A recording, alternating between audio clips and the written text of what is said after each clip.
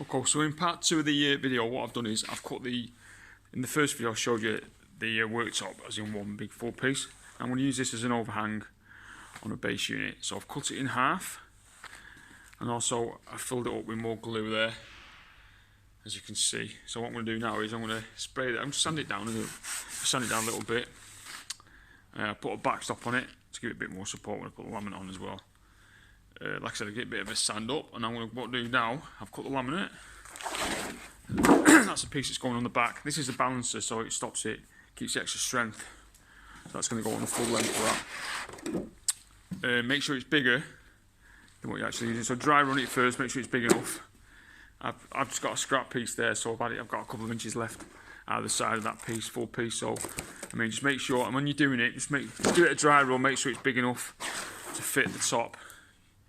Make sure you've got plenty of overhang. Sometimes when you put it on, you drift away. Last thing you need is run out of laminate near the edge. That's the back edge, by the way, because it's curved. So make sure you've got plenty. Alright. Okay, so got the spray tack. Don't forget you can get these in cans as well. About £5–6 quid. A lot easier. Just check the first video out. So basically what we're doing, I've sanded it down like I said. Just a bit of coat.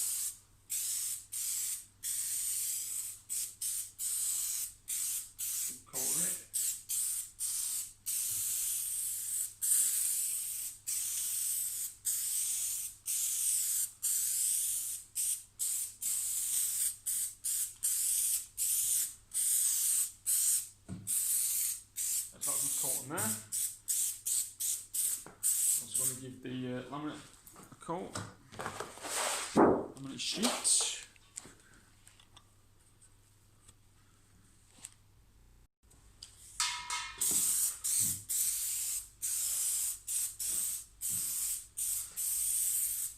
You don't have to go too heavy, just give it a good coat, it doesn't have to be soaking wet, like a bit of a cobweb kind of effect.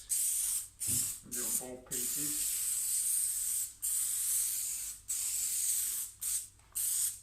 Get right to the edge when using this or the spray can. Okay, so leave that for a few minutes to dry up. Okay, so spray both sides. We start at the bottom, make sure it's central, and add a little bit extra over the side there.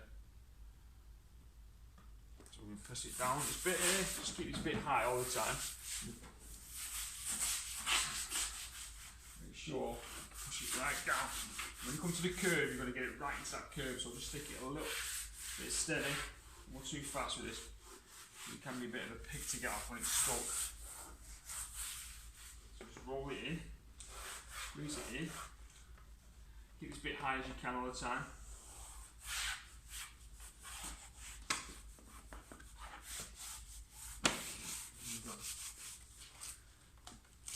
That's in now. Let's get a rag, and find one. So I've got a rag now to just squeeze all the air out. Get it right tight into that bend there, that's the most important bit. Get it all flat, get it all worked down.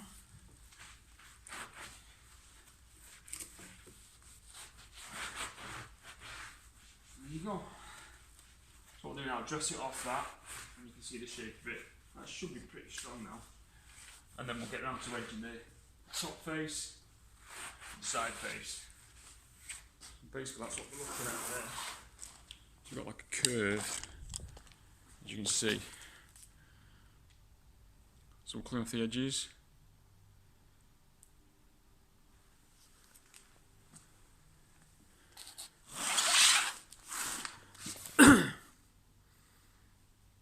So we'll clean off the edges there with the trim router, and then edge it all, and we'll see the finished product.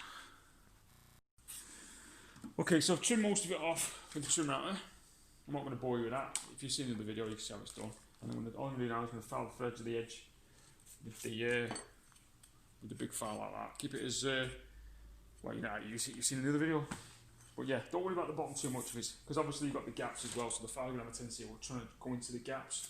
And obviously on the back edge it's curved. So don't worry about it too much, because obviously it's underneath. You're not going to see it. It's not that important. And obviously this is a curved bit, so it's the back, right? So it's not that important. Don't forget, that's just to give it strength. So what I'm going to do now, this is the front edge. You want to keep it as angled as you can. So I get a better angle for you so you can see it. So what? Okay. So that's going to be the top bit.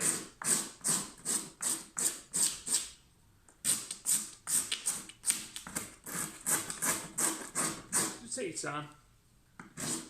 Once you come to the curved bit there, to the hollow bit there, you want to keep the file a good angle.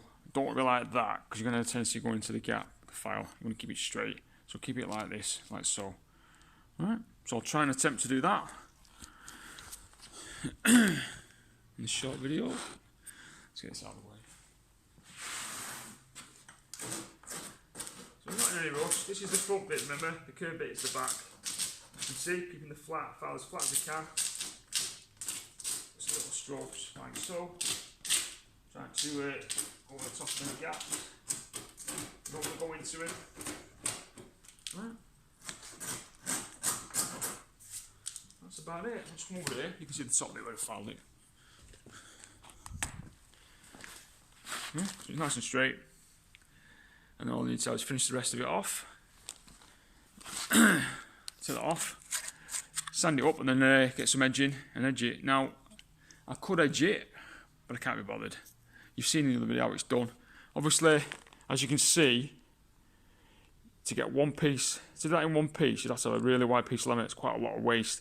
So you can do that, or what you can do is cut a piece from there to there, the width, and then put a joint there. If you get a good joint there, a bit of fill on it, you won't see it. Otherwise, you're going to have to cut a full piece. It's quite a lot of waste of laminate, that, if it's a bit short on supply.